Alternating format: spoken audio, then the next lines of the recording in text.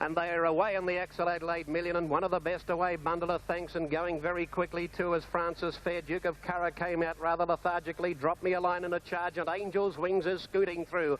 Burgundy Bouquet is in that division. Canonized beaten for early pace, getting back in the field. Bronze Star behind the bit and running on from Magnesia Lass, and further back in the field behind those came Stylish Echo, or on the outside Lady Echo at the top of the running now, and it's Drop Me a Line, a narrow leader from Lovey, getting up on the inside. Over on the outside of those, Burgundy Bouquet. Wider out around the outside of those, joining in quickly now is Amuse Me with a solid run. They were followed further back behind that division then by Segusino, looking for room as Angel's Wings, and here's Canonized starting to wind up down to the 200-metre mark now. Amuse Me reached the lead from Burgundy Bouquet, but Canonized has got them. Canonized has fired away in the last 100, and it's Canonized. Canonized is going on to win this Son of Don't Say Halo. He takes out the second running of the Adelaide Million and defeats the stablemate Stylish Regent in second placing. Third was another Don't Say Halo. I think it's got third Angel's Wings, and below par a huge run. They were followed by Our Grey Hostess, Drop Me a Line. Amuse Me wasn't fun. Oaks is the feature race of the South Australian Jockey Club Summer Carnival. This year the Oaks attracted a quality field, including the good filly from the west, Natasha. The favourite Shavano Miss led them to the home turn by 2 lengths and is travelling sweetly. Second placing Shadows of Love to Salty. They're throwing everything at these. In behind them, Mannerism into the clear is starting to run on. She's 5 lengths off the leader. Into the strong headwind again down to the 250-metre mark. Shavano Mrs. Ryder took a peep across. 3 in front of Mannerism coming after now. In third placing Shadows of Love and then Tasoldi. Shavano Miss is getting tired. Mannerism might have her. Mannerism raced up to Shavano Miss. The crowd are going berserk. Mannerism's got her. Mannerism sweeps to the lead, and she just hasn't quite run the trip, Shavano Miss. Mannerism a length and a quarter. Shavano Miss third's tight. Give it to Tasoldi just... Coming off a win in the Group 2 CUNY Stakes, Mannerism showed that she was a much improved filly with her win in the Australasian Oaks. It was the second Group 1 success of the season for the Lee Friedman-Damien Oliver combination. Back from in the summer to win the Weight for Age Rubiton Stakes before attempting to win the second Group 1 race of his career. With Me took over on the turn, tackled immediately by Red Elva. Mr. Till running on from Lightning Bend and Grandiose. Red Elva has pounced on With Me from Mr. Till, and Red Elva punched out by Neville Wilson wins the day. Close for second, give it to With Me from Mr. Till. At the ripe old age of 7, Redelva scorched around the Moonee Valley circuit in 19.6. In Oaks is the feet. Back from New Zealand, and another resuming was Planet Ruler, the Flemington record holder for the straight 6. Though Rogue made the pace, it was fast, it set a perfect stage for a contest fitting such a star-studded lineup. Still Though Rogue, 3 lengths ahead of Ark Regal. They're about to straighten up. A length and a half then to Beau George and Carl Diesel. At the head of the others then came Mr. Till, followed by Citizen Superimposes a long way back. 300 metres left to go. Though Rogue about to be tackled by Ark Regal, who's running a big race. And they're nicely clear of Mr. Till, and down the outside is Planet Ruler from a long way back. Ark Regal has taken the lead with about 150 metres left to go from Beau Rogue, who's battling on. Planet Ruler flying down the outside. Ark Regal being tackled by Planet Ruler. Planet Ruler level. Planet Ruler takes the lead. Planet Ruler. Planet Ruler's got up to beat Ark Regal in a photo for third between Beau Rogue. Planet Ruler just got there, and suddenly the autumn has all sorts of riches to offer this 6-year-old. Now his next target will be the Newmarket. Yes. And then... Following his close-up third to Better Loosen Up in the Cox Plate in the spring, it appeared that Canny Lad had failed to stay the journey in the VRC Derby. In the autumn, his connections had every reason to believe that the colt had returned to his best form following his brilliant first-up win. Vane Rancher led at the 300 Rook area. Canny Lad comes at them strongly on the outside with fluent stride. He goes out after Vane Rancher, and at the 200 has hit the front. He's pulled the whip now. Cassidy answers brilliantly and dashes away from Vane Rancher. Meg's Ego. Draw card finishing well, but Canny Lad outclasses him and wins it by 3.5. Vane Rancher held on to second, Meg's Ego third. The Sydney filly Trisquet had shown during the spring that she too had a touch of class. Against her own sex in the autumn, she proved to be almost unbeatable.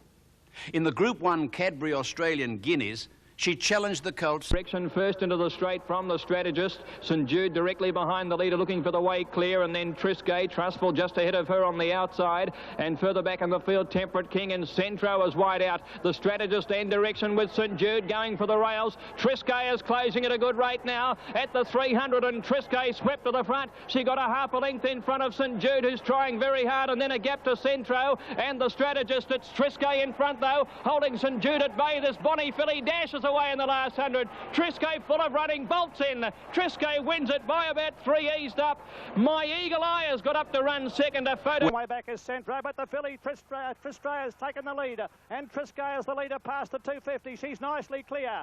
Down the outside, Centro is running on solidly, but Triscay is the leader with about 150 left to go. She's a bonny filly. She's drawing right away from them, and she's got the Cadbury Australian Guineas all parcelled up Triscay. Triscay wins it. My Eagle Eye was a great run second, and tight for third. Durbridge on the outside with Centro, and the strategist close up, followed by St Jude, and then came Lord Charbon and Drawcard, and behind them Palace Guest, and they were followed home then at the head of the others by Pacific Prince and Count de Beers, and back behind them in the field then would be Direction, followed by next to last Marine Drive, and last of all to finish in the race Temperate King.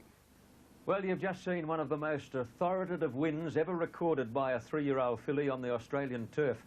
Ben behind the Bureaucracy, and a bit further back than his Medicine Kid, who got out quickly, and then came Wraparound, followed by Shaftesbury Avenue and Grandiose. They raced past the 800-metre marker and going very fast. Lightning Bend has taken the lead with Redelva moving up to be second. A length further back on the rails is Paclani. Then came Medicine Kid on the inside of Bureaucracy, followed by Wraparound, Shaftesbury Avenue and Grandiose. Onto the course proper in the Lightning. They've got about 500 to run. Lightning Bender about a half length to Redelva. A length back along the inside to Paclani, followed by Bureaucracy. Deeper on the track then is Wraparound, Medicine Kid behind them, Burberry, Shaftesbury Avenue and Grandiose as they come down towards the 300. Lightning Bend is the leader, being tackled by Bureaucracy. Redelva is now under pressure. Wraparound is down the outside and Grandiose is finishing on pretty well. Lightning Bend is the leader. Now Bureaucracy's coming at Lightning Bend in the final stages. Lightning Bend on the inside, Bureaucracy, and flying home Shaftesbury Avenue. It's either Shaftesbury Avenue or Bureaucracy in a tight one with Lightning Bend third, and they were followed by Wraparound, Redelva weakened behind them, and further back then came Medicine Kid, followed by Grandiose and Paclani, and last of all Burberry. Stages. And then Wraparound and Shaftesbury Avenue without a lot of room from Grandiose. Still Lightning Bend in front of Bureaucracy, who's coming now. And Wraparound is finishing quickly. Lightning Bend and Bureaucracy, Wraparound and Grandiose. And Shaftesbury Avenue's flown. Shaftesbury Avenue lifted his stake earnings over the $1 million mark in winning the Lightning Stakes. Big photo finish in the Lightning Stakes, and you've seen it live on Wide 6 and a photo for third. Here's the Blaney.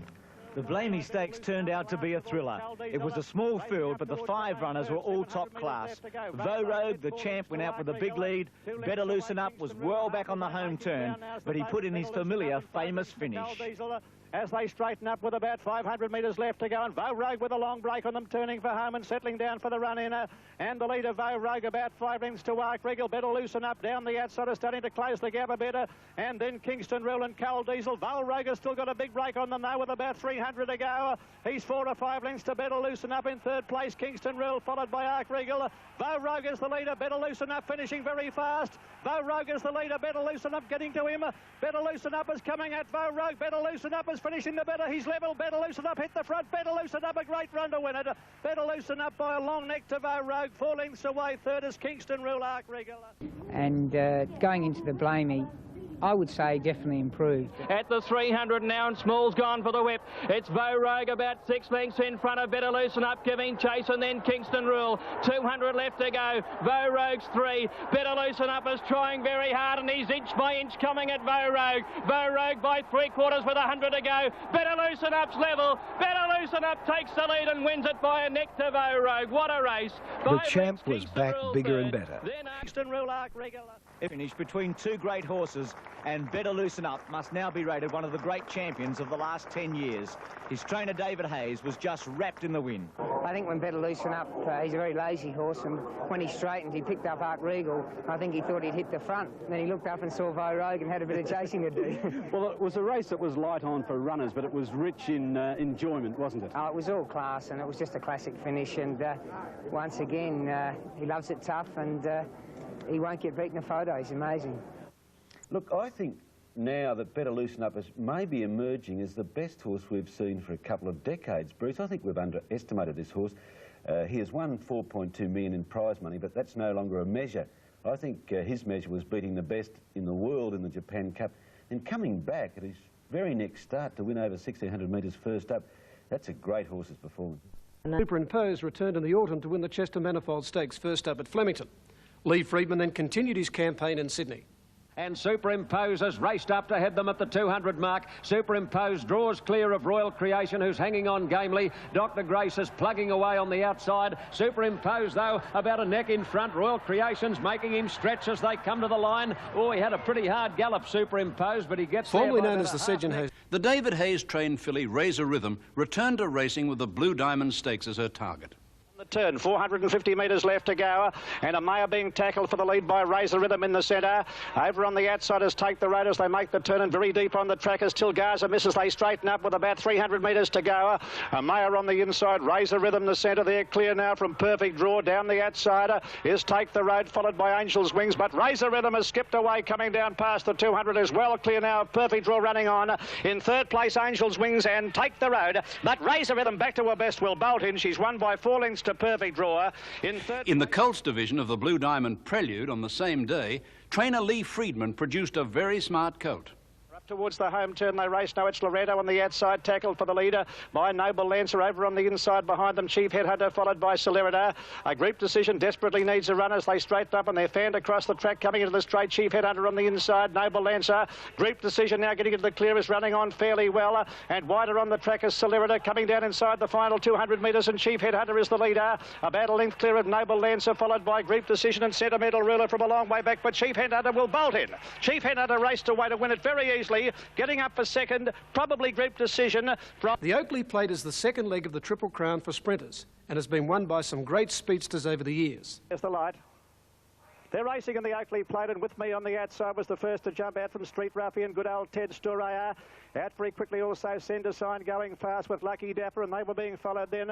Moving up just in behind them, Joanne, and the further back in the field is Ben Barra King, followed by Carl Garant Town and Begone. And back over on the inside, Jungle Hero, followed next to last by El Quaz, and tailing out to last is Century God. Good old Ted has dashed away as they come up towards the home turn, 650 to go by 4 lengths to Street Ruffian. A length to Paclani. With me over on the inside of Sender Sign there, followed by Plush Embassy. Then came Wraparound, Joanne Centerfields a long way off the lead, followed next at the head of the others by Begone. And over on the inside came Lucky Dapper as they make the home turn. Plush Embassy well back with Rare Chance as they straighten up. Good old Ted being tackled by Paclani in the centre. Down the outside, Street Ruffian with me getting a run through on the inside. And wider on the track than is Wraparound, followed by Joanne. With me is dashed to the front with 100 metres left to go and looks set for victory in the Oakley Plate. Paclani is second, with me in front. And with me is much too good. Joanne flying home when the race is all over. With me wins it from Paclani. I think Joanne's run third ahead of Wraparound. Close up behind them, Street Ruffian. Century God was a good run. Plush Embassy. Then El Quaz, followed by Lucky Dapper, Calgar and Town, Red Chance Begone. Storay's a long way back in the field, followed by Ben Barra King, So Gay Paris, good old Ted, and Lucky Dapper, and one of the last timers Sender Sign. This year, a 3-year-old filly won the race, the first to do so since Dual Choice in 1971. In the straight now, and here's Paclani coming with a run. Coming with her is With Me, who's darted through on the inside. Knocked good old Ted over. Street Ruffian and then Wraparound. But With Me's dashed through on the inside to head Paclani in the last 100. With Me from Paclani and Wraparound. Joanne late, but it's With Me. With Me scores by a length and a half. Paclani... Most punters gave With Me little chance of winning as she started from the extreme outside barrier. But Miracle Mel Johnson was seen at his best aboard the Bruce McLaughlin trained 3-year-old who took her earnings to $1.1 million. Trained Surface Paradise won 4 Group 1 races in season 90-91, a fact that no doubt assisted the respected mentor to claim the colt the best 3-year-old he has prepared. One of those... The 300 metres, Grey Invader and now Surface Paradise set down to it. Surface Paradise kicked along on the inside with a lighter weight led from Grey Invader. Winding up Seraphic after the leaders, but Surface Paradise a big break going clear at the 200 metres. Far too good. Surface Paradise bolts in 4 to 5 lengths going to the post. Second was Seraphic. Third, Grey Invader just from Mr. Brooker. Not There's no doubting. For 11th race, Triscay took her earnings to $1.1 million and earned a meeting with Canny Lad at Caulfield. Round the bend, Big Colony joined by Triscay on the outside, and they've raced 3 lengths in front of My Eagle Eye. Then Durbridge on the outside. Canny Lad not in the hunters. Triscay went past the 200 under the whip from Clark. Drew 2 or 3 lengths in front. Durbridge running a big race in second spot, followed by My Eagle Eye. But this grand filly Triscay is going to win it, and Triscay scores by 2 lengths to Durbridge. Third placing went to My Eagle Eye, and then the strategist fourth. Canny Lad next on the outside with authority, whereas Canny Lad disappointed his new owners, the powerful Ingham Bloodstock. Plans to run the Golden Slipper winner in the AJC Derby were abandoned, and Canny Lad was retired to Woodland Stud in the Hunter Valley. It was the Futurity Stakes at Caulfield, a track the big horse had never won at before.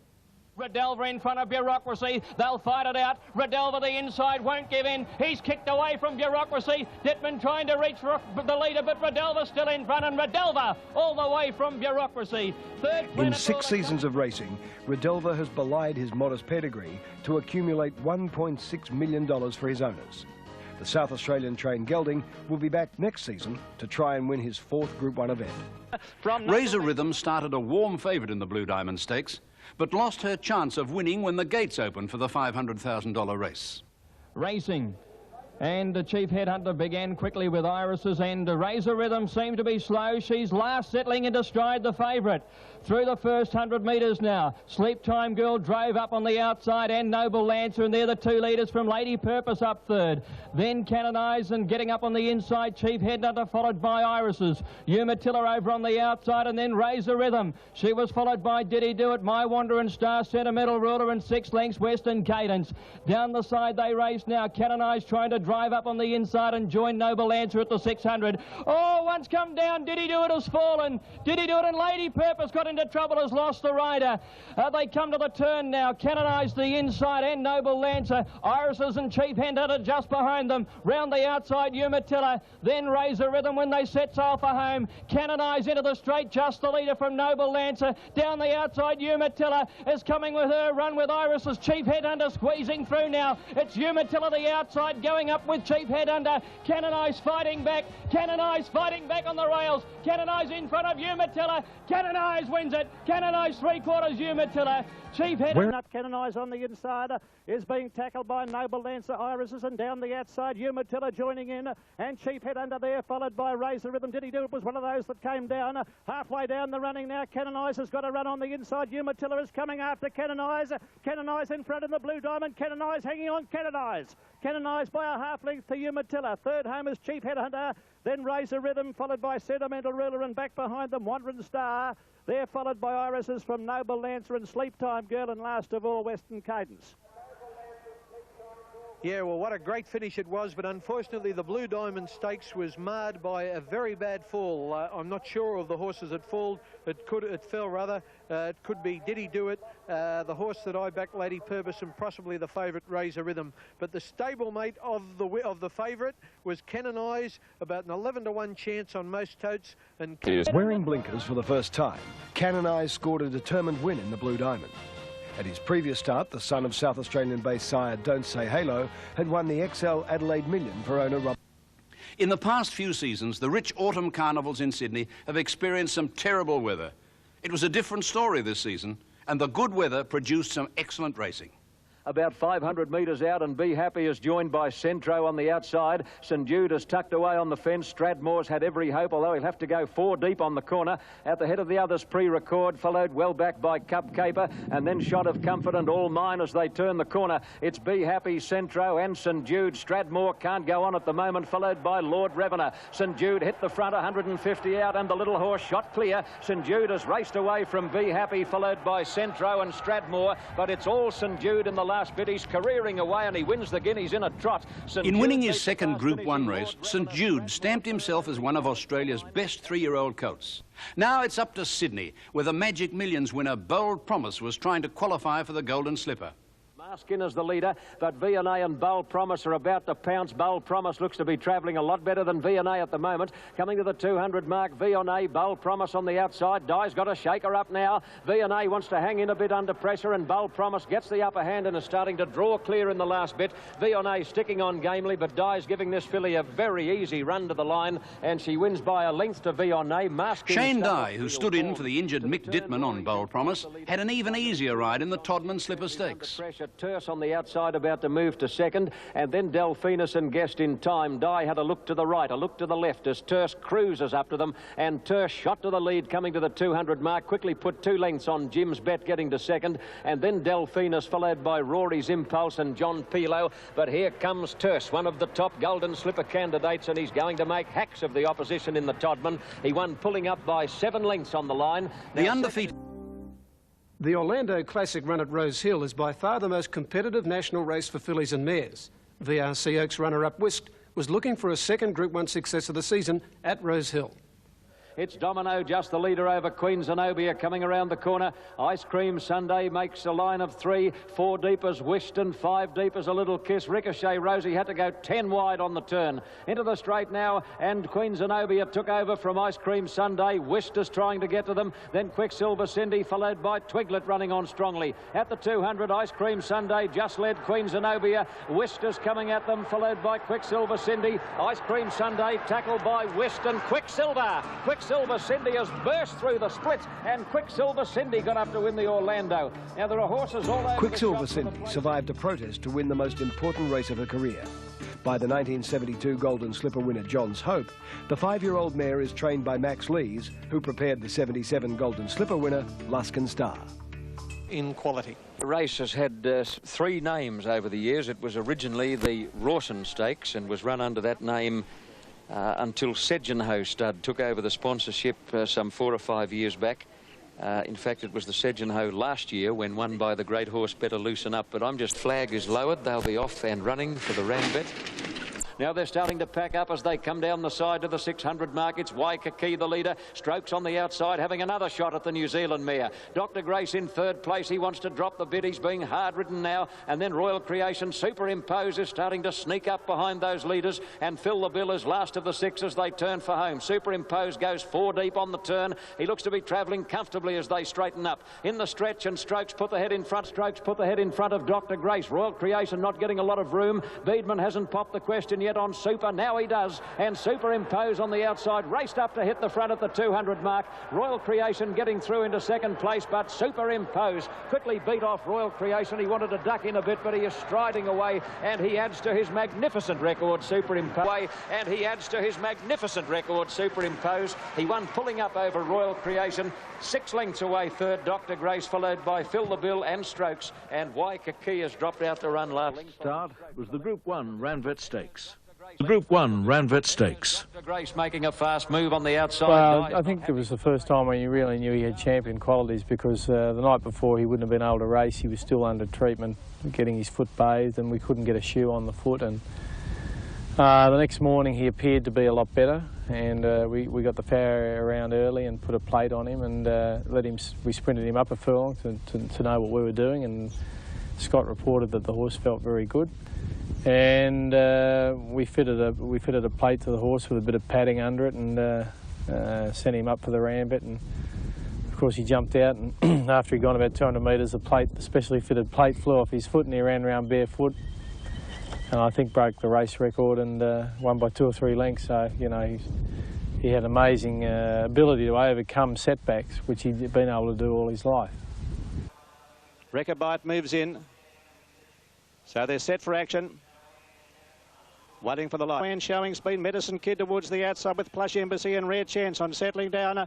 And the Fount going very fast is one of the leaders here with Redelvar.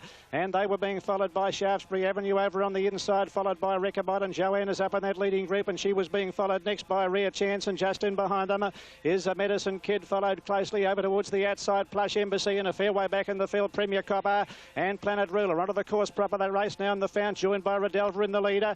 Close in behind them is Joanne, followed closely by Elquas is running a forward race, and Shaftesbury Avenue on the inside is looking for a runner. Rechabite behind them, Grandiose, Century God, Rare Chance behind them. Storaya's a long way out of his grounder. Planet Ruler's a long way back as they race down with 250 to go. Redelva's taken the leader. Joanna's coming after Redelva, and here's Shaftesbury Avenue on the inside, flying home. Shaftesbury Avenue on the inside has taken the lead with about 100 metres left to go. Redelva fighting back on the inside. Shaftesbury Avenue in front of Redelva in the final stages. Century God down the outside. Shaftesbury Avenue will win the Newmarket. Shaftesbury Avenue a long neck Redelva. Century God has run third, followed by Planet Ruler, Premier Copper, Plush Embassy, Joanne, followed by the Fount, Grandiose, Storaya, Elquas, and back behind them Rare Chance, Medicine Kid, and last of all is Rechabite. Redelva under the whip in front from Shaftesbury Avenue coming up on the rails, and then Joanne followed by Elquas and Grandiose, but Shaftesbury Avenue got to Redelva with 150 metres to go. Redelva fights back, they've got it to themselves. Century God with a late run at Shaftesbury Avenue in front. Shaftesbury Avenue by a head as they near the line. Shaftesbury Avenue won it by a long head. Redelva. Century God flew home to get third, and then... What an exciting Newmarket, and what a great horse he is. He's close to championship status, Shaftesbury Avenue. He got a dream run from his one alley, got up inside Redelva, looked to be going to go away here and win by about a half a length, but Redelva in the yellow just wouldn't give in. He kept fighting back. Shaftesbury Avenue narrowly in front, Redelva fighting back, and Century God flashing down the outside. But a great win to Shaftesbury Avenue, and a lucky late ride for Darren Gauci when Jim Cassidy had that fall at Caulfield. Second Group 1 of the season, Blue Diamond runner-up Umatilla contested the Vobis VRC Sires Produce Stakes. 600 left to go, and Not Related will straighten up in the size, about a length clear from Group Decision, who's had a good run. Umatilla, Whirlpool, Salute, ease out, and they're followed then by Shushtar nearer the rails. Did he do it looking for the way clear? And further out on the track is Starless coming with its run. Lady Purpose still last at the 400 and past it. Not Related 2 lengths in front. Group Decision's under the whip. Did he do it angling for the rails run? And then Umatilla wider out. 250 metres to go, and Not Related still clear. Still 2 lengths in front of Did he do it? Umatilla in Group Decision. Not Related in front, a length and a half. Did he do it? Trying very hard, but Not Related's going strongly enough. And Not Related all the way in the size, wins it by 3/4. Did he do it? 3 lengths Not away. Related's win was a tremendous boost for promising Adelaide trainer David Belfer. The filly was purchased for $4,250 at the Abcos yearling sale.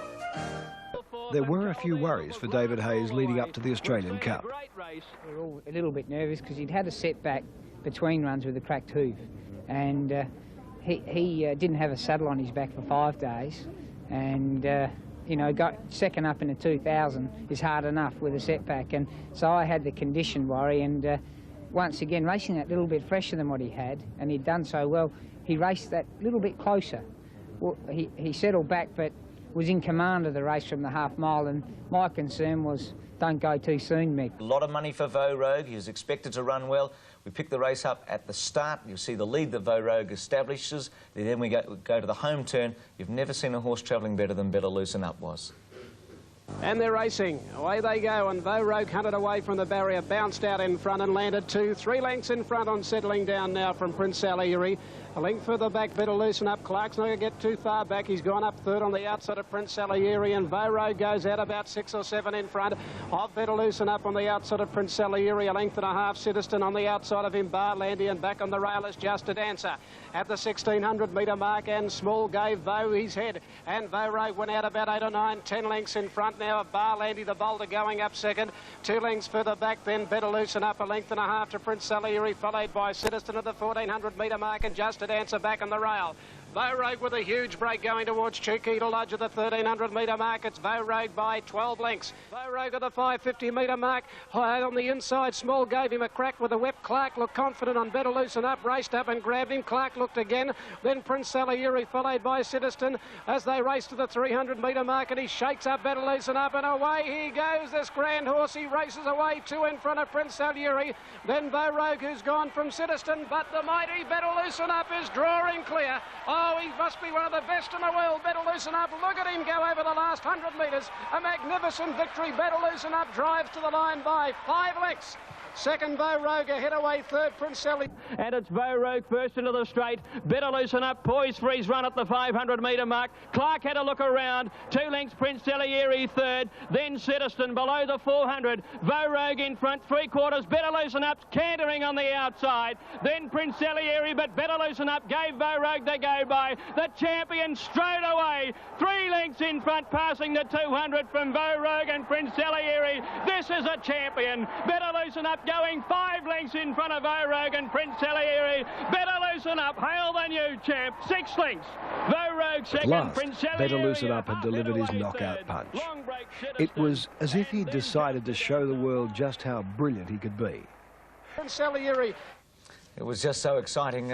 Since I've been in Melbourne, the only other horses I've seen accelerate like that were Red Anchor in the Derby in '84 and Rubiton in the Underwood Stakes in '87. But this horse sustained that speed for such a long time. And it was quite out of character for him, Bruce, because he usually wins his races in dogged fighting style.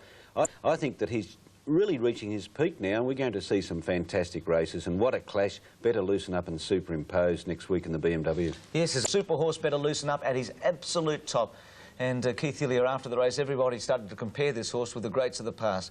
Farlat was even mentioned at one stage. Tulloch was talked about in Kingston Town. Where do we put him? Where does he sit right now? Well, before the race, sadly, I put Citizen ahead of him for that race.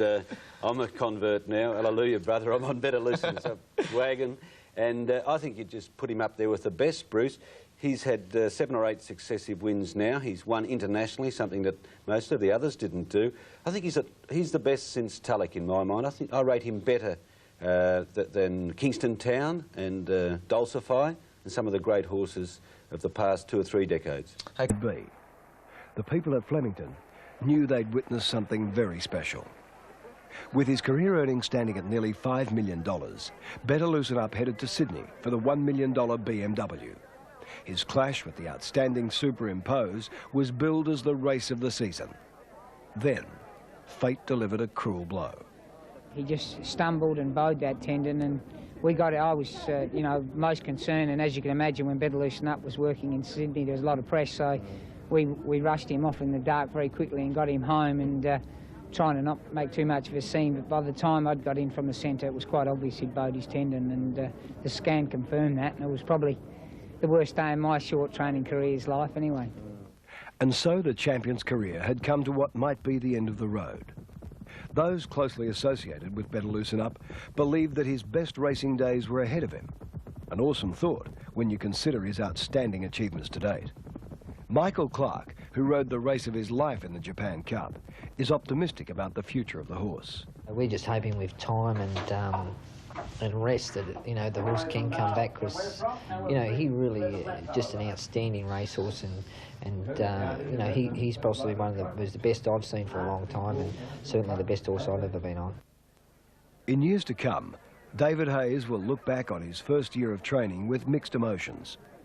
Through his association with Better Loosen Up, he experienced the highs and the lows that only thoroughbred horse racing can provide. He compares with anything I've seen.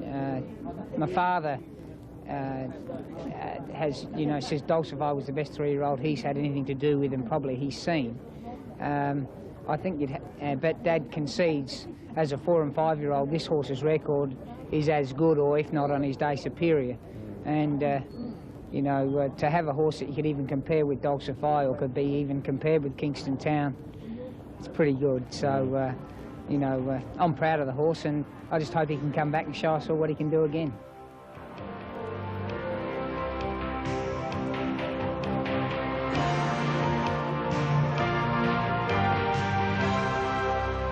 Well, there he is. He certainly is a marvellous horse, Better Loosen Up.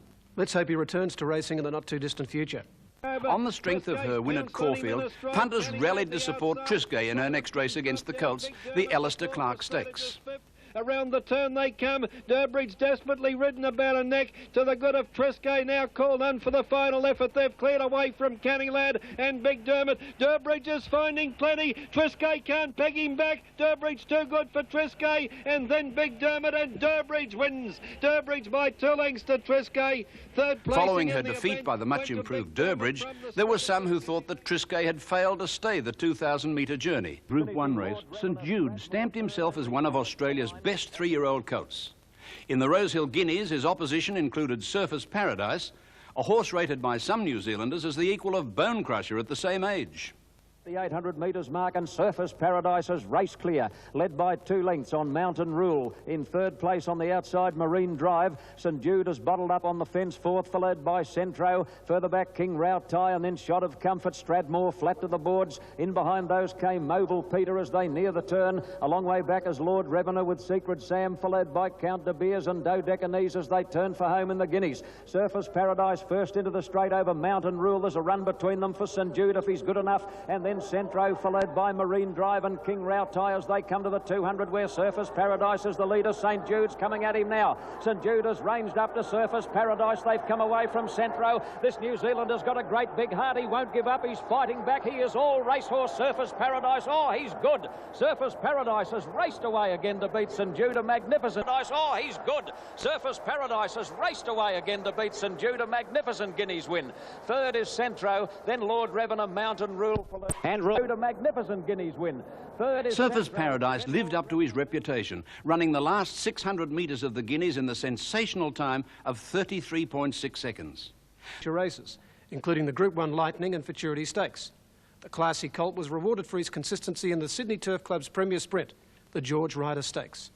In the straight, the 3-year-old Bureaucracy has raced up to head Stylish Century. Bureaucracy takes the lead coming to the 200 mark. They're well clear of pre-record, followed by Bassie's Pride and then Mr. Tiz and Comrade, but Bureaucracy shot clear. Bureaucracy has got it one. He's dashed about 3 in front of Stylish Century. Comrade is getting home well in the last bit, but Bureaucracy wins the George Ryder. Comrade second Bureaucracy again. is the second Group 1 winner from the first crop of the Bletchingley stallion Lord Ballina. Having only his 12th career start, the 3-year-old broke Campaign King's race record set in 1987. Bureaucracy's win was one of 5 Group 1 races won by Sydney trainer Jack Denham this season. The Storm Queen Stakes attracted several AJC Oaks candidates, including Whisked, Mannerism and the New Zealand Oaks winner Let's Score. In the absence of her stablemate Triscay, the Jack Denham-trained All Mine carried the stable's hopes. Into the stretch now, and Let's Hurry led. All Mine is after it quickly, getting through near the fence. Marinella, further out Mannerism, followed by Wisp, but All Mine is the leader at the 200. Marinella getting the rails run. They're clear of Mannerism and Wisp. All Mine joined by Marinella getting through on the fence. All Mine and Marinella. Marinella and All Mine are coming to the line, locked together. All Mine has done a big job to win after pulling ferociously in the run. All Mine that the reverse way of going wouldn't affect his derby chances in winning the Tulloch Stakes. Into the straight, Be Happy, tackled by Phantom's Hero, then Blazing Anchor. Durbridge is looking for room between horses. Dereco still there. He got squeezed out, Dereco. At the head of the others, Somalia to the 200 mark. And bursting through near the fence, Siegfried has hit the front. Siegfried has come from nowhere. He got to the lead, but here's Durbridge now. Durbridge, after being held up for a run, saw daylight. He put paid to Siegfried in one stride, and he's racing away to win it easily. He's too good, Durbridge. A great win in the Tulloch. Siegfried second, Bull On the undefeated filly, Bold Promise started an odds-on favourite in the $2 million Tooheys Golden Slipper Stakes, the world's richest race for 2-year-olds. Mick Dittman was aboard the filly, prepared by rookie trainer Sterling Smith. A couple of the riders not happy, but they're off in the slipper. Bold Promise missed the kick.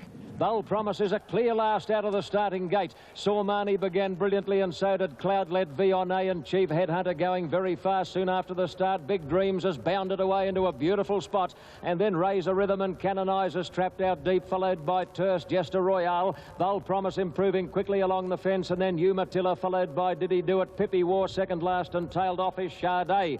Vionnet went to the lead through the gap onto the course proper by a little more than a length to Saumani on the outside of Cloudlet, and then Razor Rhythm, Big Dreams, and right off the track Canonized, followed by Terce, who's hard ridden. At the head of the others, Chief Headhunter, Jester Royale can't get on the track. Bold Promise midfield on the fence, and she'll need luck to get through that bunch of horses. Further back is Umatilla, followed by Did He Do It, but heads a turn for home in the slipper, and Vionnet is clear.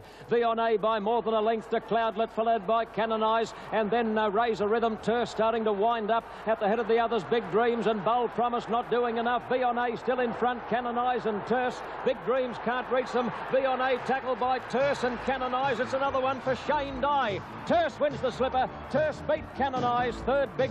Terse wins the slipper. Terse beat Canonise. Third Big Dreams. Fourth Vionnet, who ran a big race. And then Pippi War, Bold Promise, missed the kick and never got in the race. Followed by Did He Do It, Cloudlet, Razor Rhythm, Sade. Well back in the field then Chief Headhunter, Sormani. And back at the tail of the field, Jester Royale in company with Umatilla in the 1991 Tui's Golden Slipper Stakes. Makes it a hat-trick of wins in this great 2-year-old race. Courtser, Canny Lad and Terse. A fantastic hat-trick to this expatriate New Zealand jockey who has taken Australian racing by storm. Number 3, Terse, $5.70 and $1.90, and it's Clary Connor's first Golden Slipper win. However, celebrations temporarily turned sour as TS returned a positive swab and an inquiry was opened. Leading up to the Golden Slipper, Clary Connors had been treating a cut on the inside of his colt's mouth with a mouthwash prescribed by his veterinarian.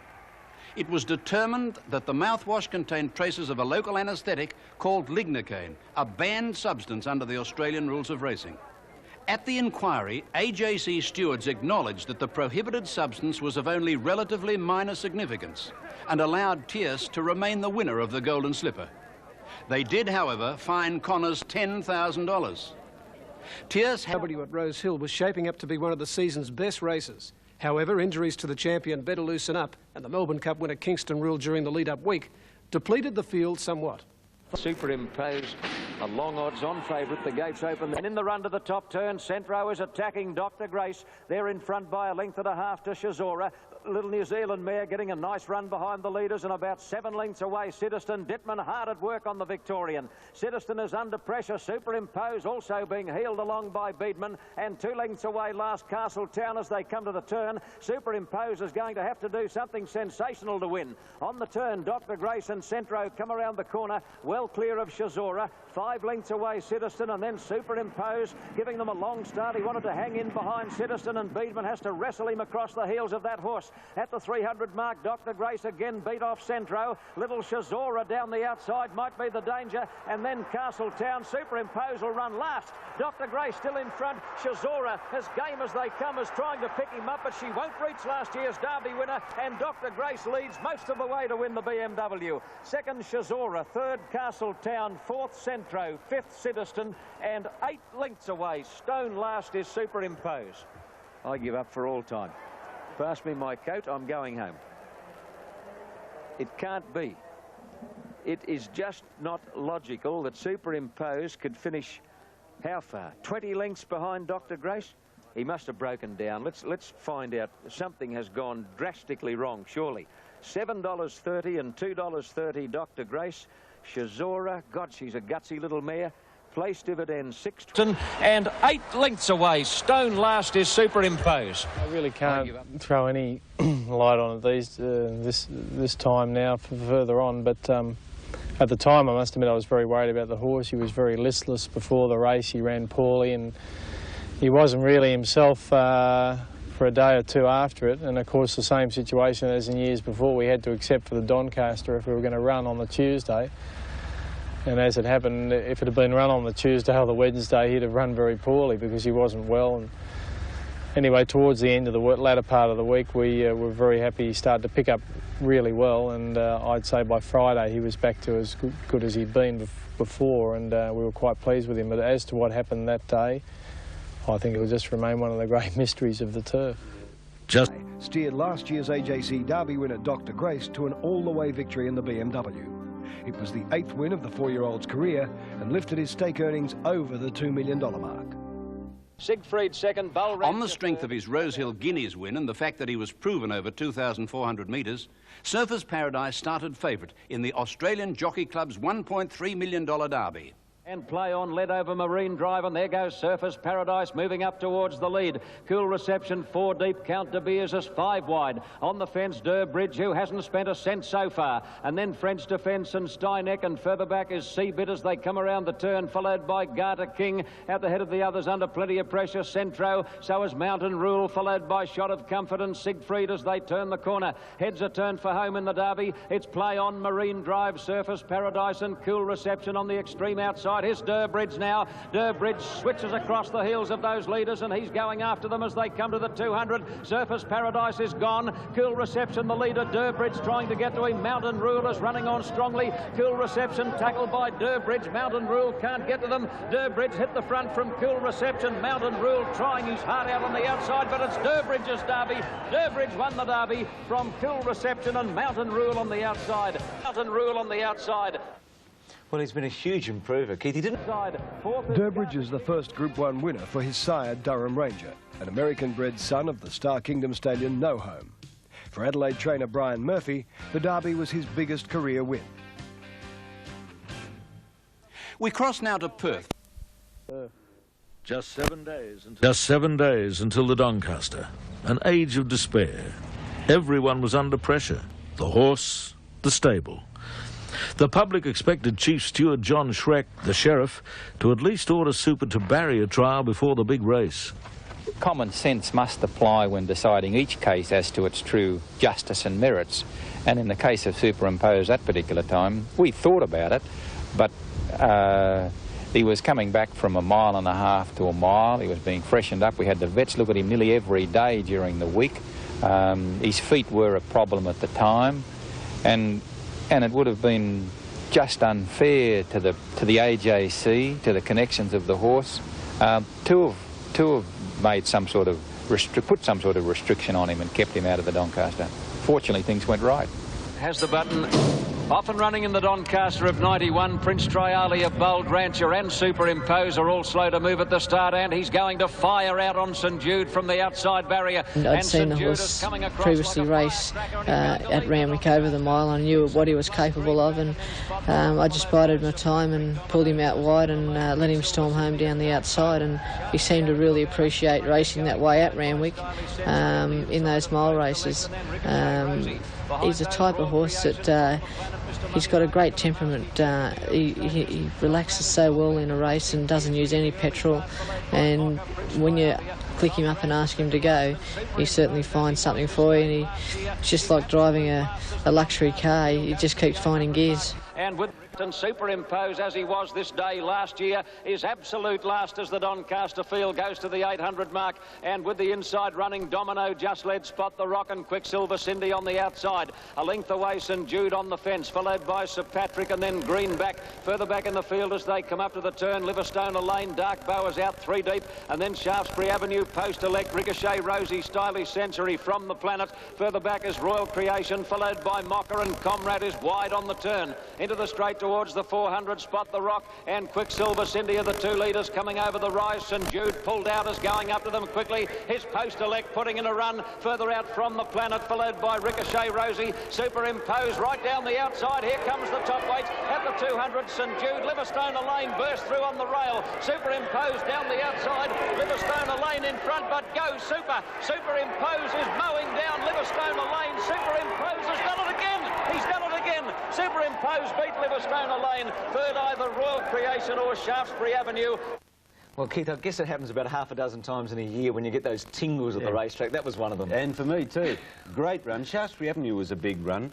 And Liverstone Alone, always a bridesmaid, isn't it? Going up to them quickly, his Post Elect putting in a run further out from the Planet, followed by Ricochet, Rosie, Superimpose right down the outside. Here comes the top weight at the 200. St Jude, Liverstone Lane burst through on the rail. Superimpose down the outside. Liverstone Lane in front, but go Super. Superimpose is mowing down Liverstone Lane. Superimpose has done it again. He's done it again. Superimpose beat Liverstone Lane. Third either Royal Creation or Shaftesbury Avenue. 3 down, 1 to go. Super had his... Creation or Shaftesbury Avenue. Well, Keith, I guess it happens about half a dozen times in a year when you get those tingles at the racetrack. That was one of them. And for me too. Great run. Shaftesbury Avenue was a big run, and Livingstone Alone, always a bridesmaid, isn't he? He's so honest. Beedman rated him the best post-war handicapper that Australian racing has seen. Well, I guess you could get into an argument over that, but it would take some tossing. It's remarkable when you think back that he did run second in the Melbourne Cup now, when you consider that he's won the Doncaster twice and the Epsom. Yes, and no horse had done that since 1946, 1947. It was an amazing run, and with a big weight. Weight is not a burden at all to him, is it? And the thing about Superimposed, too, he's just so versatile. We're about to look at how much prize money he's won, Keith. He's number 2 on the all-time list. They're all the modern-day champs, obviously, because of the prize money escalation. But he's right up there. He's gone past Horlicks and past Vaux Rogue and past Poety Prince now. Second only to Better. Superimposed joined the illustrious trio of Chatham, Gun Sind and Authentic Air as the only horses to have won the Epsom Doncaster double in the same season. Carrying top weight at 59.5 kilos, the 6-year-old boosted his career earnings to $3.27 million in winning the 13th race of his great career. Segment is the TV New Zealand Stakes. They head in, 300 to go. Mickey's Town got the lead. Here comes Raise Hope strongly after it. Regal City winding up a bit. Mickey's Town, Raise Hope, the two. Raise Hope going to Mickey's Town. Nothing between them. Battling for the minors, Regal City and Point Piper, but Raise Hope takes over. He's going for the double and the kicking again on the inside. Mickey's Town, Raise Hope. Raise Hope just in front of Mickey's Town. Raise Hope won the stakes. Second was Mickey's Town. Third was Brown Jumper from Regal City. Then followed... Raise Hope was ridden by Linda Cropp, giving her the distinction of being the only female jockey to ride a Group 1 winner during the season. Raise Hope is a 4-year-old son of leading New Zealand-based sire Starway. Tierce had his next start in the second leg of the Triple Crown, the Sires Produce Stakes. Into the straight, Liquid Rule, a clear-cut leader over Canonise, holding Regina Madre in a pocket. Terce has now shouldered his way into the clear and he's rushed up quickly, and Canonise and Terce have exploded to the lead together on top of the rise, with Terce going to the front. Terce hit the lead at the 200 mark. He quickly drew clear of Canonise. The filly Chardet running on with Electrique down the outside, but the slipper winner Terce is going to win the second leg of the Grand Slam in great style. Terce is sprinting away and wins easily over Chardet. Electrique third and Canonise... Tierce outclassed his opposition in the Sires for a comfortable win. However, more drama was to follow as the colt returned another positive swab to Lignocaine. At the subsequent inquiry, stewards again allowed the result to stand. On this occasion, they fined Connors $5,000. Big performances. This was maybe the performance of the week. The Galaxy on Monday, Mr. Tiz. Just watch for this. We picked them up with about 800 to go. He's the second last horse. Watch for the red cap in the straight. It's one of the best performances you'll ever see. At the head of the others then is Rise and Shine as they come to the 600 mark. Prince of Rory is well back behind those horses, followed by Mr. Tez and Sanction as last. To the turn in the Galaxy, it's Show County, Street Ruffian and Festal on the outside. With Me is running fourth on the turn, followed by Carl Town and then West Dancer. Joanne flat to the boards, coming over the rise about 6 lengths off the lead, followed by Varicos and then the Bullfighter and Rise and Shine as they come to the 200 mark. Festal is tackled by With Me on the outside. Show County's gone. It's With Me coming at Festal. Varicos is starting to charge home in third place, but getting close to home. Festal, With Me, Varicos, and look at Mr. Tiz. He's going to beat them all. Mr. Tiz, the New Zealander, has come from second last, and that's his real form today. Mr. Tiz with a... Festal is tackled by With Me on the outside. Show County's gone. It's With Me coming at Festal. Varicos is starting to charge home in third place, but getting close to home. Festal, With Me, Varicos, and look at Mr. Tiz. He's going to beat them all. Mr. Tiz, the New Zealander, has come from second last, and that's his real form today. The brilliant Mr. Tiz. The brilliant Mr. Tiz is rated one of New Zealand's best post-war sprinters. In winning the 7th Group 1 race of his career, Mr. Tiz established a weight-carrying record in the AJC's Premier Sprint. Mr. Tiz is undoubtedly the best sprinter sired by champion stallion Bletchingley. Starting to charge home in third place, but getting close to home. Festal, With Me, Varicos, and look at Mr. Tiz. He's going to beat them all. Mr. Tiz, the New Zealander, has come from second last, and that's his real form today. Mr. Tiz with a blinding finish beat Varicos and Festal. Well, we've been talking about trainers, Keith. It's a horse from the O'Sullivan state. O'Sullivan said after the race that he's one of the great sprinters to come out of New Zealand. That was a blinding finish. Yeah, the first time... It's been a... The brilliant Mr. Tiz is rated one of New Zealand's best post-war sprinters. And was completely out of character, as we'll see later in the program. One of the stars from last season was the free-running 3-year-old Stylish Century. This season at Ford, the black horse had nearly drowned in a freak accident during swimming exercise, then travelled to Japan where he bolted before the Cup, but still ran so bravely. A welcome change of fortune came Stylish Century's way in the Queen Elizabeth Stakes at Randwick. Over the rise now, Stylish Century again tackled by Comrade on the outside, and Comrade takes a narrow lead on top of the rise. They're clear of Liverstone Lane and Royal Creation, followed by Red Chiffon. Citizen will run last. At the 200, Stylish Century fighting back. Again, he's got the measure of Comrade. Now Royal Creation on the outsiders coming after Stylish. Stylish still in front. Royal Creation trying his heart out, but can't pick up the little black marble. And Stylish Century... In winning the third Group 1 event of his career, Stylish Century lifted his stake earnings to $2.26 million. The son of Double Century endured an upside-down season, but showed at Randwick that he still possesses that touch of class. Although there was a query about her stamina, Triscay started favourite in the $450,000 AJC Oaks. The Fillies Classic was one of the highlights of the AJC's Autumn Carnival. They come towards the 600 metres mark, and it's Rockets Galore, the leader. Going closer, Hollyport Lass. All Mine is on the fence, third, followed by Mannerism. Two to Whist, and then Triscay, followed by Let's Hurry Under Pressure. So is Let's Gore. Marinella next, and Lee's Bid between horses turning the corner. Into the straight now, Rockets Galore, Hollyport Lass, Mannerism about to sweep up to them on the outside. All Mine on the fence behind them, and here comes Triscay. Triscay has loomed to them very quickly as they get to the top of the rise, where Mannerism is the leader. Dickman's got to pull out. All stops on the favourite Triscay. She's coming at Mannerism with 150 to go. Triscay and Mannerism, they're fighting it out. It's a tooth and nail struggle. Lee's Bid is rocketing down the outside. Triscay, Mannerism, Lee's Bid trying to get to them as they hit the line. Triscay, I think Triscay has just fallen in to win the Oaks from Lee's Bid. And Triscay's third Group 1 success of the season epitomised the courage and class of Australasia's champion 3-year-old filly. The AJC Oaks victory took Triscay's career wins to 13 from just 20 starts, and her stake earnings to $1.74 million. Let's go to the all-age stakes Group 1 over a mile and just see this pretty special horse in top form. Stylish Century in his favourite role. Shaftesbury Avenue is moving closer though on the outside as they come to the turn. Stargazer dropping off a little. Pre-Record is making up ground, followed by Superimpose and Impressionist having a job to stay in touch as they come to the corner. Into the straight, Stylish Century about 3/4 to Shaftesbury Avenue. A length away, Pre-Record on the outside of Stargazer. Superimpose is now pulled to the extreme outside. He's about 4 off the lead, but Marshall hasn't moved on Shaftesbury Avenue as the big chestnut hits the front. Shaftesbury Avenue takes the lead on top of the rise. Superimpose wide out. Stylish Century on the fence battling on, but Shaftesbury Avenue with superior acceleration left them standing. Shaftesbury Avenue has blasted away from Superimpose, and it's a sensational win to the Avenue. Shaftesbury Avenue by 4 lengths to Superimpose. A half length away third, Stylish Century fourth, 3/4.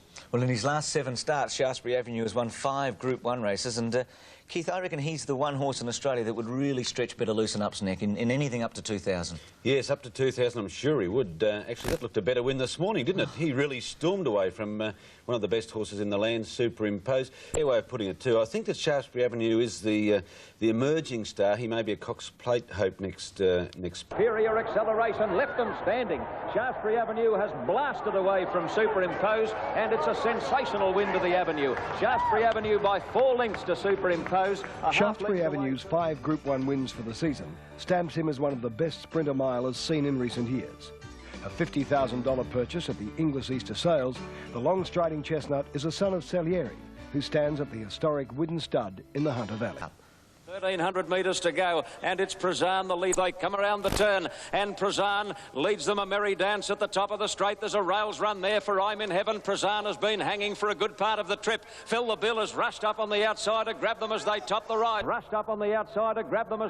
rise. Phil the Bill takes the lead. Now Castletown and Just a Dancer down the extreme outside. Just a Dancer has grabbed them quickly. Just a Dancer on the extreme outside takes the lead, 100 out in the Sydney Cup, and he is sprinting right away from them. Just a Dancer is killing them now. With every stride he goes further ahead, and Just a Dancer wins the Cup in a trot. Won by starting at odds of 40 to 1, Just a Dancer produced his best form to equal the race and course record that was set by Apollo 11 in 1973. In winning the Sydney Cup, Just a Dancer became the first progeny of the successful sire Star Way to win over 3,200 metres. Not since the great Luskin Star in 1977 had a 2-year-old won the Triple Crown. Let's go to Randwick now for the Champagne Stakes. Coming over the rise now, Musical Chairs in front. Di took a peep over the shoulder on Terse. He's got the leader covered, and now Terse explodes to the front. Terse has dashed away on top of the rise, quickly put 3 lengths on High Precious, followed by Kinjate, and then Charday and Big Dreams, but it's shades of Luskin Star. Go Terse. Terse 100 out is well clear. Running on doggedly now, Charday in the last bit, followed by High Precious, but Terse completes the Grand Slam. He wins the Champagne brilliantly over Charday. High Precious third. Tierce is undoubtedly a top-class colt with an exciting future. With 8 wins from 10 starts, he accumulated stake earnings of $1.94 million to become Australasia's highest ever juvenile stakes earner. Passed in at the Inglis Easter yearling sale at $18,000, Tierce is owned by his breeder Richard Turnley, who stands his sire Victory Prince at Boscobel Stud in New South Wales.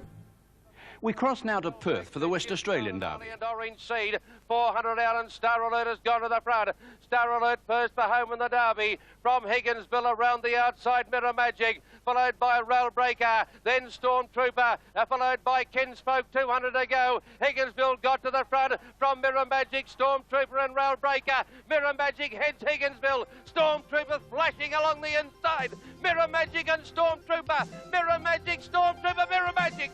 Mirror Magic is short half end.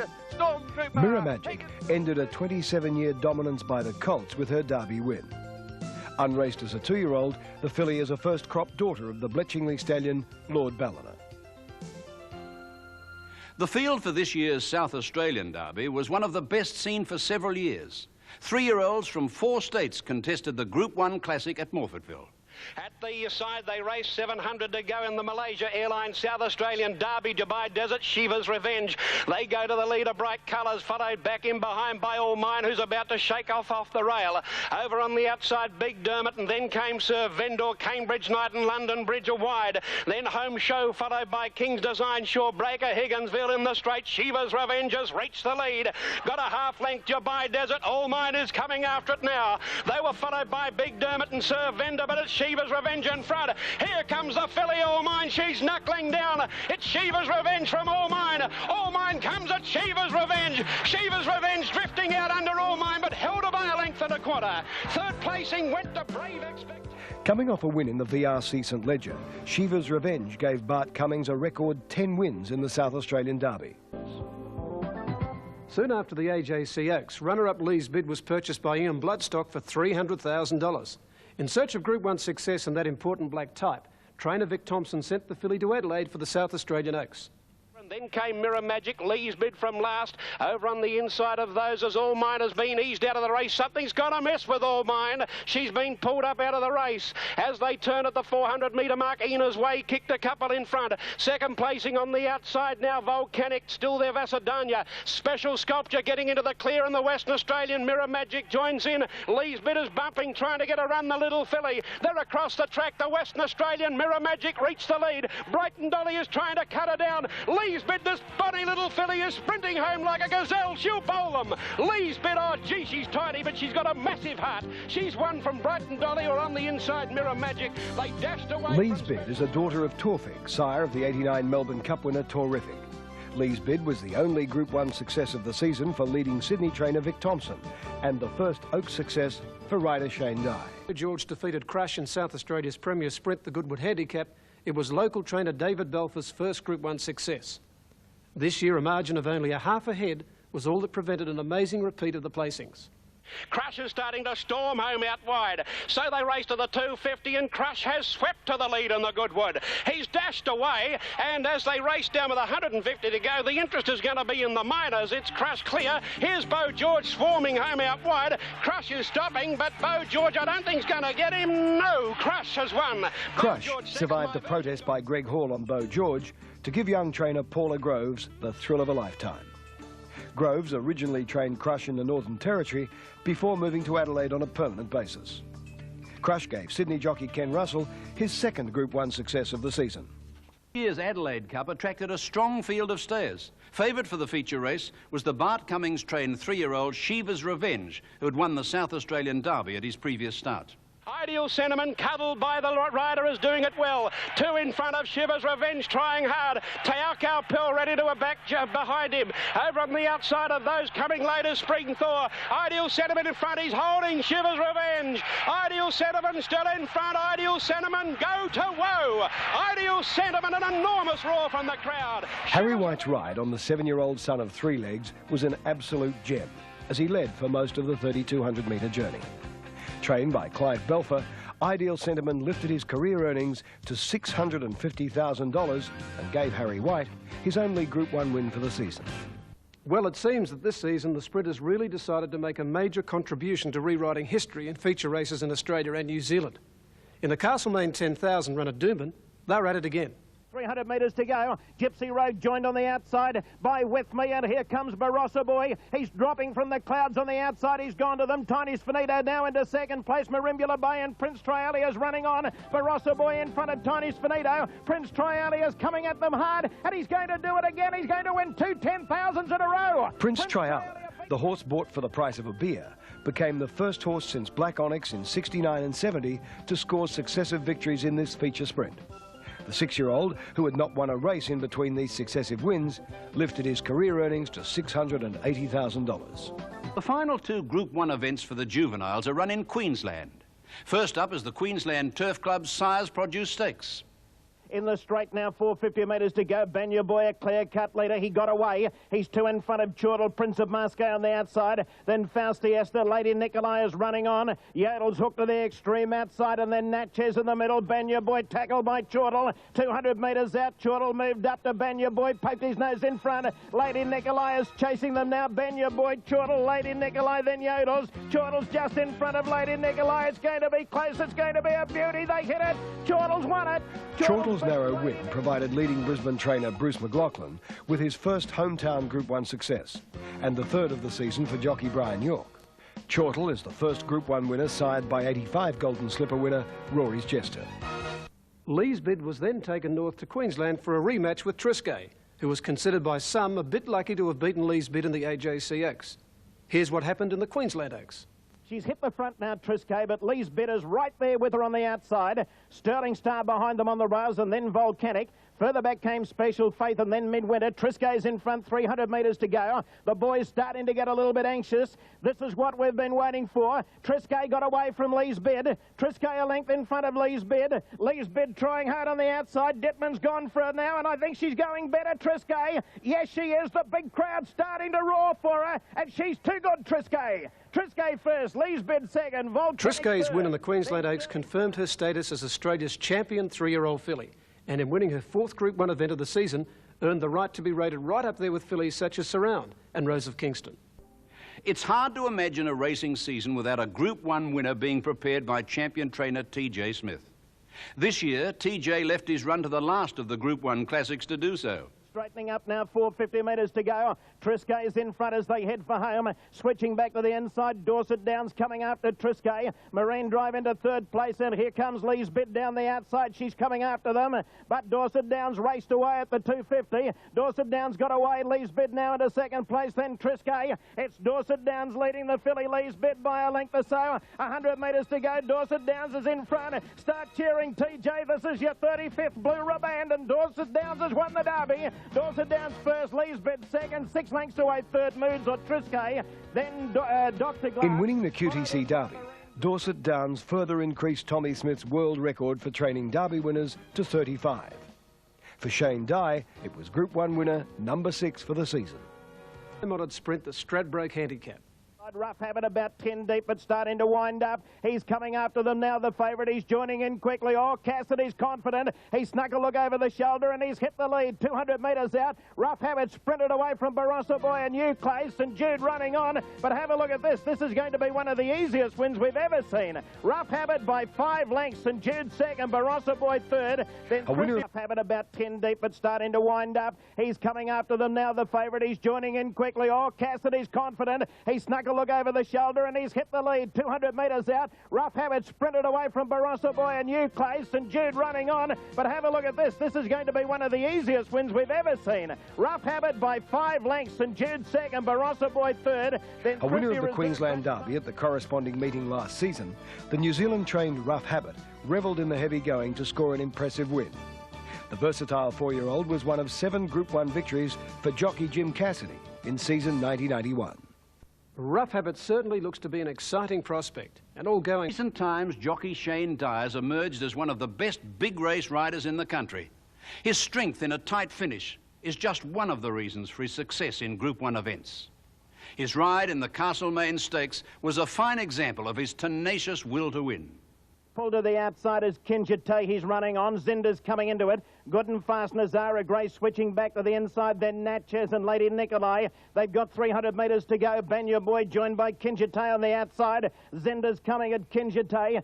Die starting to wind up. Zinders on the outside, moved up to join Kinjite, and they're going stride for stride, Zinders and Kinjite. They're going to have a great battle in the run to the line. Zinders just in front of Kinjite. They're clear of Natchez. Zinders just in front, and then Zinders beat Kinjite. Starting at 50 to 1, Zinders responded gamely to Shane Dye's hard riding to win the Castlemaine. The son of Zephyr Zip is prepared at Randwick by Bobby Thompson. The last of the 3,200-metre cup races of the season, we go to Eagle Farm for the Brisbane Cup. 300 metres out, Equidity and Spring Thor. Just a Dancer on the outside coming after them. He's probably got his nose in front. Just a Dancer. Just a Dancer in front of Spring Thor. Just a Dancer coming away from Spring Thor. Then Equidity and Donegal Miss, but Just a Dancer. He's too good. Just a Dancer. Just a Dancer's jockey Jim Cassidy was in great form during the Winter Carnivals, winning 3 Group 1 events, a feat never achieved before. 2 of those wins were aboard the New Zealand-trained 4-year-old Rough Habit, who became the first horse since Divide and Rule in 1970 to win the Stradbroke Handicap 4X Cup double. Here's the second leg of Rough Habit's historic double, the 4X Cup. 250 metres to go. Rough Habit, 3 or 4 lengths in front of Stargazer, Cadeo Star, and then Post Elect. But have a look at this. Fancy picking up $250,000 as easy as this. Rough Habit is going to win the cup by 4 lengths. Rough Habit first. The Cox Plate is the 250 metres to go. Rough Habit, 3 or 4 lengths in front of Stargazer, Cadeo Star, and then Post Elect. But have a look at this. Fancy picking up $250,000 as easy as this. Rough Habit is going to win the cup by 4 lengths. Rough Habit first. The Cox Plate is the race that John Wheeler will attempt to win for the second time with Rough Habit, the horse who emerged as the star of the Winter Carnivals in Queensland. I'm sure you'll agree it was yet another exciting season of racing. Of the many highlights and history-making performances, Better Loosen Up's spine-tingling finish to win the Japan Cup, accompanied by Brian Martin's great call, was a beauty.